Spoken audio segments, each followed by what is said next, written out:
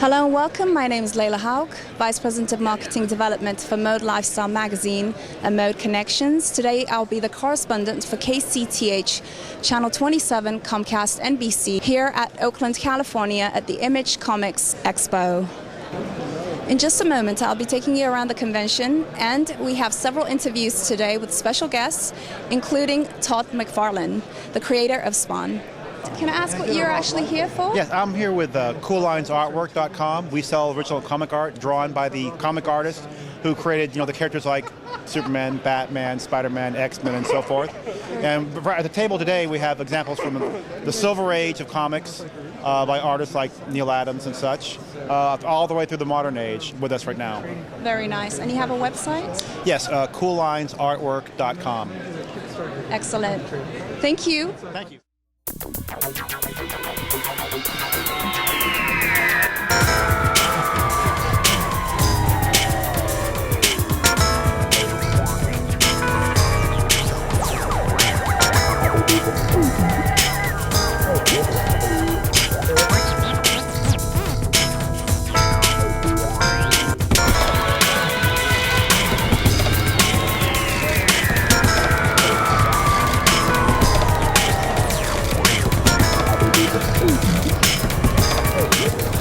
Tyler, can you tell me what you're doing here today? Yeah, me and Curtis came down from Canada. We're here sort of, fan support of our new book that came out from ImageComics last week, or on the 15th of last month. Just hanging out and signing the fans and stuff like that. So. Fantastic. Yeah. And you are drawing this all by freehand? Yeah, absolutely. And then we're inking it with a brush. And excellent. Thank you.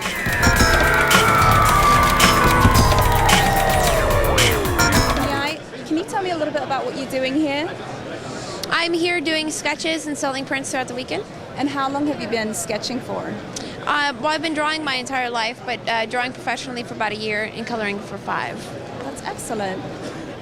Hello, I'm here with Chad Ellingsworth and Todd McFarlane, and today we're going to be interviewing Todd. Hi Todd, how are you? Good. How are you guys doing today? Very good. Good. Yeah. I have a couple of questions for you. Sure. Do it. So I'm interested to know when you started getting into the comics, in the field of comics. Well, let me see if I can give you a quick one. I was an artist for as long as I can remember. You know that kid that was the best artist in the class? Right. That was always me, right? Teacher, Todd, can you come up and draw whatever they needed for the class lesson? So, but I didn't have any sort of focus on it, and then late, when most people were getting out of comics, I just started. I started collecting comics at 16. Oh, wow. And all of a sudden, I went, I'll start teaching myself this American superhero comic book style. And then probably sent off about 700 samples over the next 4 years, got about 350 rejections saying, you'll never draw. You'll never work in this industry. And eventually, a couple of weeks before I graduated college, I got a phone call, and they finally said, "Hey, you want a job?" I was about 22, and I went, "Cool! I don't have to go looking for a job with the degree was in my hand. I just stepped right into comic books and haven't looked back." And was that Marvel? Yeah, that was Marvel comic books at that time. Correct. That's fantastic. Yeah. And when you left Marvel, was there any threats or any backlash from Marvel? Specifically, they were going to leaving kill me. Marvel.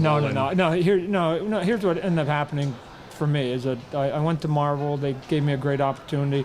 I did a little bit of work at DC Comic Books. Everyone does Batman and Superman, and I had a lot of success both in helping to revamp, the look of the Hulk, but more so with Spider-Man. Spider-Man was the one that sort of put me way over the top. And the sales went up. They gave me my own book. We set sales records on it and whatever else. But at some point, it was sort of interesting that when they gave you the book, when it was floundering, they said, here, do whatever you want creatively because it's not working. And then you take it to the top, and all of a sudden they want to jump back on as the conductors. And now they're going, oh, Todd, it's too popular now. You can't do that. You can't do this because there's a lot of eyeballs on it. You don't want to offend anybody. And so I just sort of got wore out of those conversations and eventually decided that we were going to go off on our own, and we started ImageComics. How helpful was that experience to kind of take a comic and make it big and profitable? How helpful was it to have that experience when going into and creating Image? Well, you know what? Our biggest downfall when we first started Image was we weren't businessmen. We were artists that just wanted to do our own thing. So we didn't really think about that part, right? I mean, and you could tell because the first year or two that we started the company, we floundered a lot and books weren't coming out on time. And we now went from being artist dudes to we have to actually now be CEOs and actually have to figure out how to do printing and shipping and all the things that were, logistics, if you will, that all businesses have to do. So for a guy like me who was completely trained as an artist, business is essentially a second language, right? It just, everybody sort of can understand the words, but you now have to know how to do things that you never thought you did. And as I started my other companies, I now can walk in a room and talk to bankers, talk about government regulations, safety standards, talk about printing and thickness of paper and ink viscosity. I mean, stuff that I would have never have thought of when I was just an artist. But if you're going to be the guy that's guiding your own career, then you either better have people do it or you got to learn it yourself. So I throw on these hats, Todd the artist and Todd the businessman, and I've gotten quite fluent in both of them. Trial by fire. Yeah, a lot of it. We stumbled and bloodied our knees a lot. I can't say that everything we did was successful. We had some steps backwards, but again, 20 years later, we sort of figured out where the speed bumps are. Let's just talk about comics in general. The comics, in its purest definition, is words and pictures, right? I mean, and so people go, are comics going to go away? Words and pictures will never go away. The delivery mechanism of how they get to people may change. So, they may come because somebody dumps them off and they put them on a news rack. Then they put them in comic stores. Now you can get them off your computer. Maybe somebody insert them in cereal boxes. I mean, it doesn't matter. Right. No, the medium will always be here. Just a matter of how we're going to get our hands on them. So there's a bit of a shift happening right now.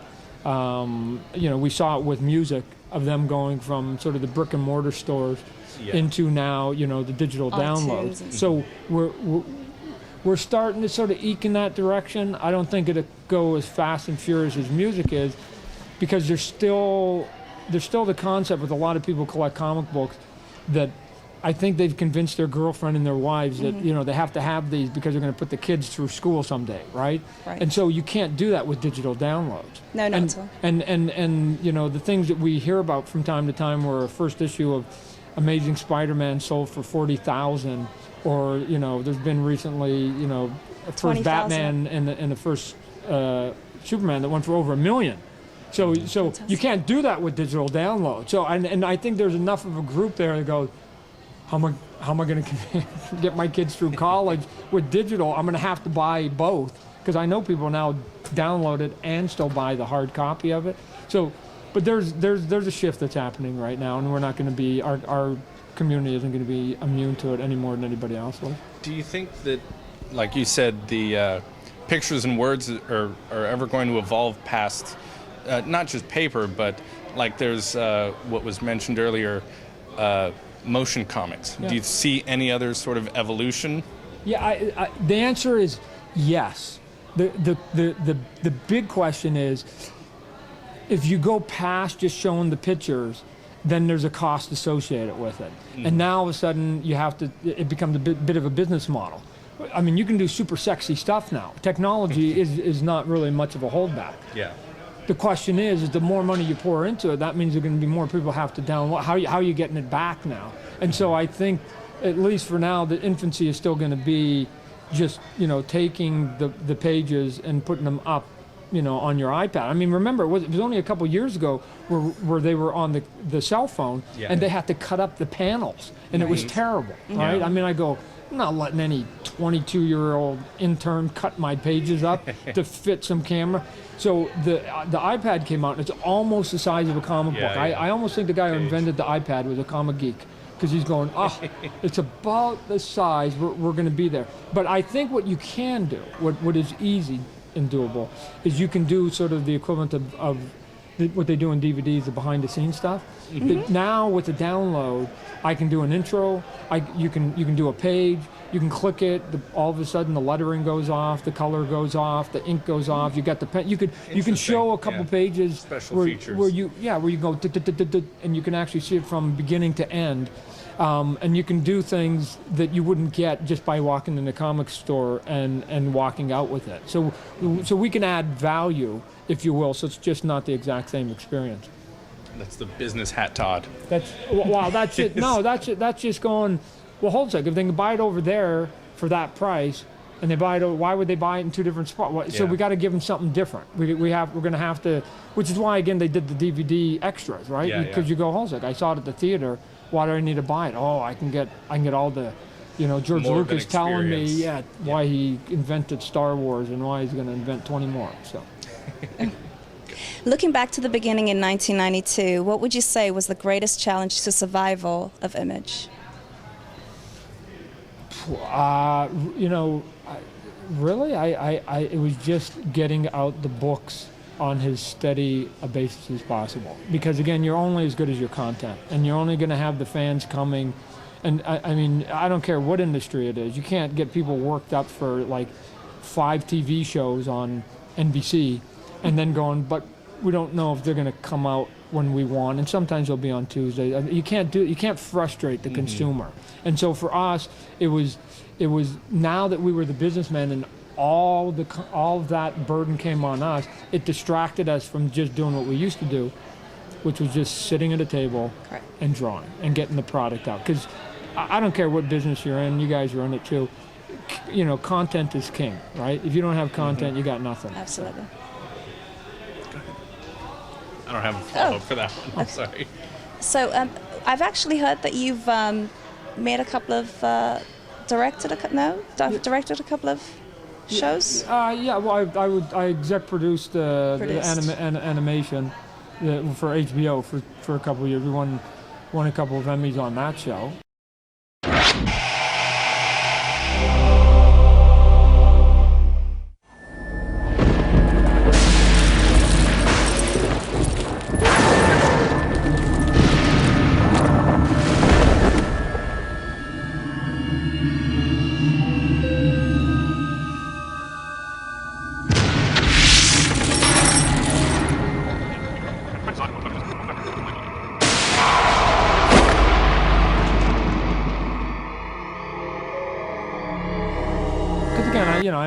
Nobody was really doing quote-unquote adult animation. Yeah. Right. It was just, treat it like it's a movie, just animate it, right? And then and it was on at midnight, so of course it was going to be R-rated. We had all the warnings. If you ever saw it, every possible warning you could have, right? Yeah. You just want cursing, violence, nudity, everything was there. But again, we were saying it's not Saturday morning cartoons. It's why I actually took my character to HBO. I had the Saturday morning guys asking for it, but I want guys.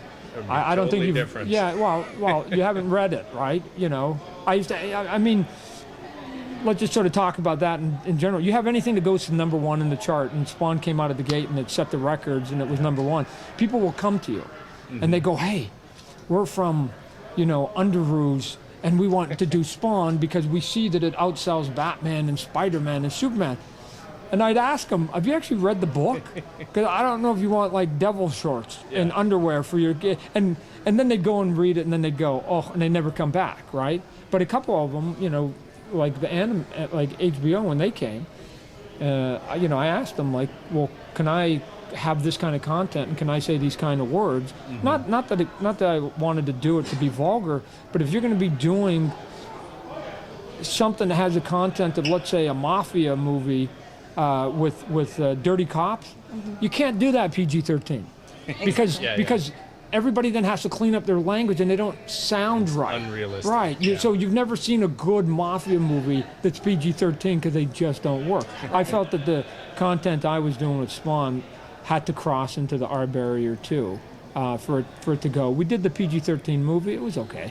It was okay. But the next movie that I'm writing right now and I'll direct is going to be a hard R.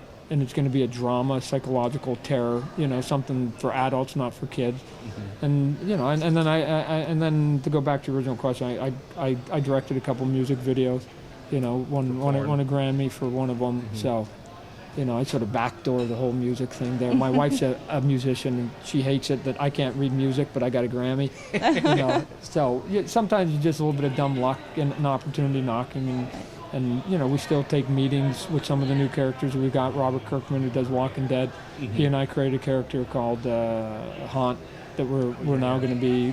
Hollywood's knocking on the door for that one right now, so we're going to go see what they have to offer us right now. How much does or did HBO kind of, shall we say, put in their input with the content or the language of Spawn in that series? It was interesting because we got to go back that this is pre Soprano and pre Sex and the City. Okay, so they were still sort of building up doing sort of their own programming. Yeah. And they started their own animation house. And they were I thought they were spectacular in sort of saying, we want stuff that can't be found anywhere. And it didn't mean that you just put naked women on the screen and curse. It wasn't that. They just wanted it so that you couldn't adjust it and it'd be the same thing if you took it to ABC or NBC or one of the sort of the alphabet something networks. uniquely for HBO. Right. It had to be, right? And even today, when you go and pitch them something, they can smell it quickly. They go, why couldn't this just be on CBS, right? You just added a little bit of cursing in it, and now they can sense when it's not something that's right in their wheelhouse, and they've had a pretty good eye. And then, like I said, they ended up, picking up Sopranos and Sex and the City and catapulting that whole thing just, beyond just sort of showing old movies, if you will. So now you've been actually a creator of a comic books and owner and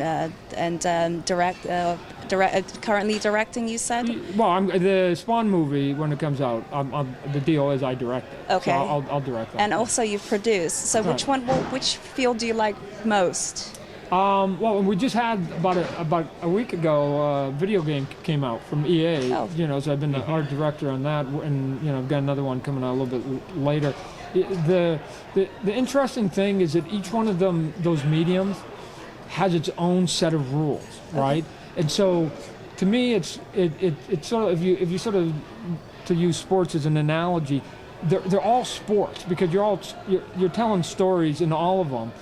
But basketball doesn't have the same set of rules as football, even though they're both sports. So when you go and do animation, you're limited to what you can or can't do by time and budget and technology. Exactly. When again, let's look at, if you write a book, it's just words on paper. If you do a comic book, it's words and pictures.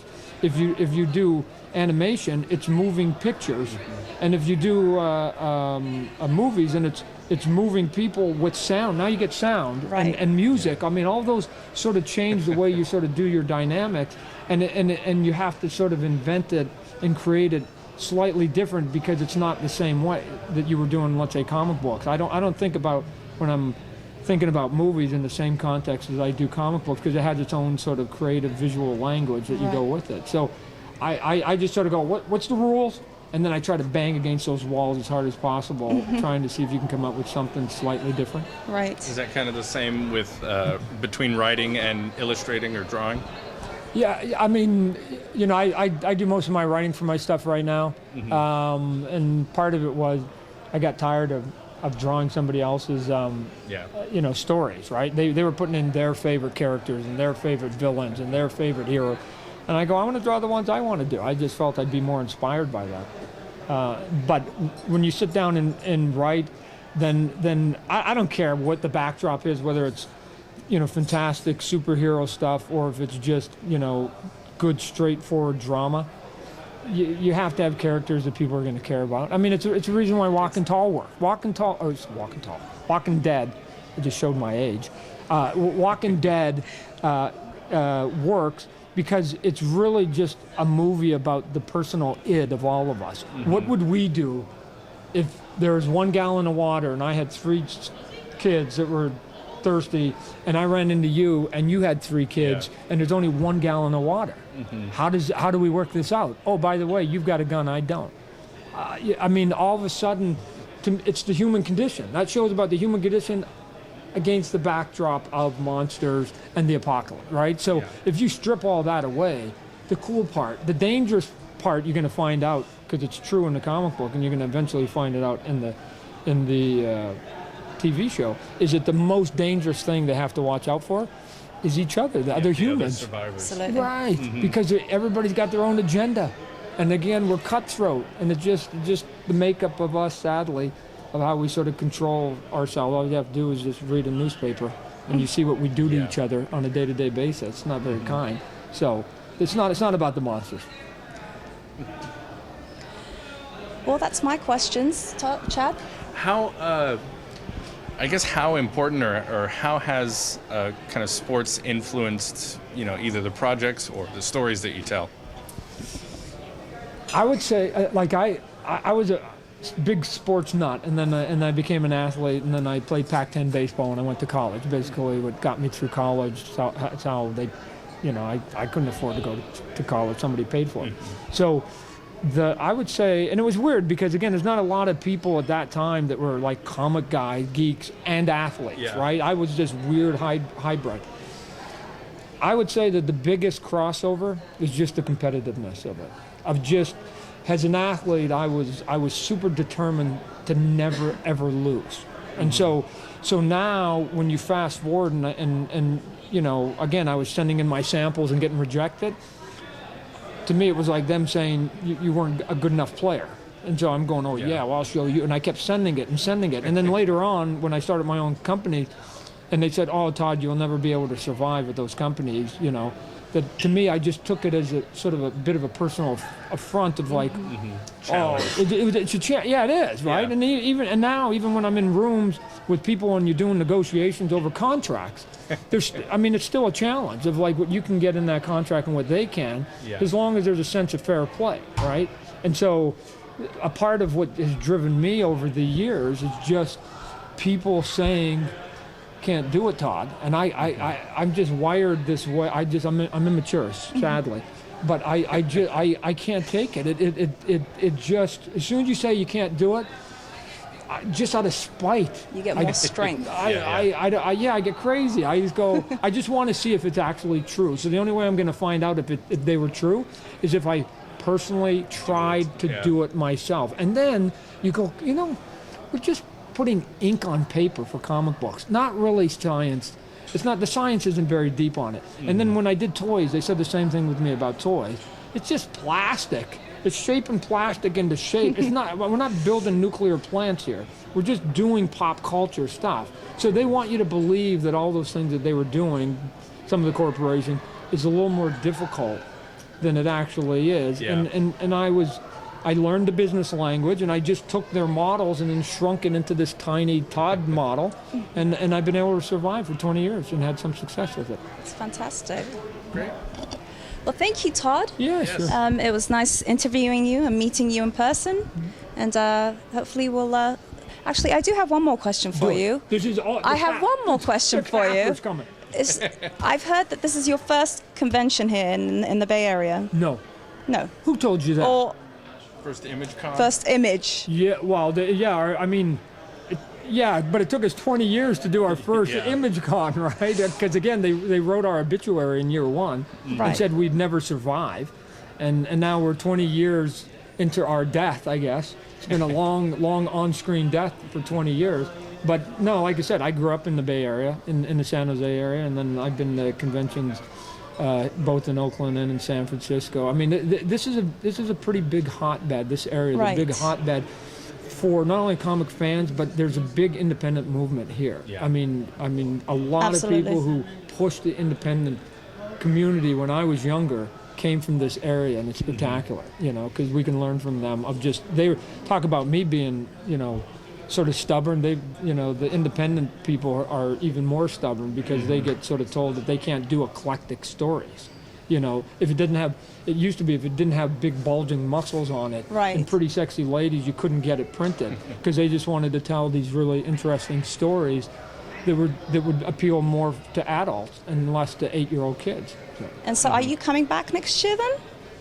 Hold a second. It took us 20 years. to have the first image convention. But we want so you who? back. We want you back. No, but I'm going to so I just thought if it took 20 to do the first one and take another 20 to get to the second one, and now somebody's talking about there'll be one next year. I go, well, the 21st anniversary convention. It doesn't seem like it rings, but I don't know. I'll leave that up to everybody else. They'll do an autopsy on how this worked and what we can or can't do, and then we'll, if they're back, I may come back, bring my family, have a good time. We'll see. Well, we'd look forward to seeing if you guys come back. Hopefully you will. Oh yeah. Okay. It was nice meeting you. Thank you so much for the interview. Thanks for giving us the time. Thank you.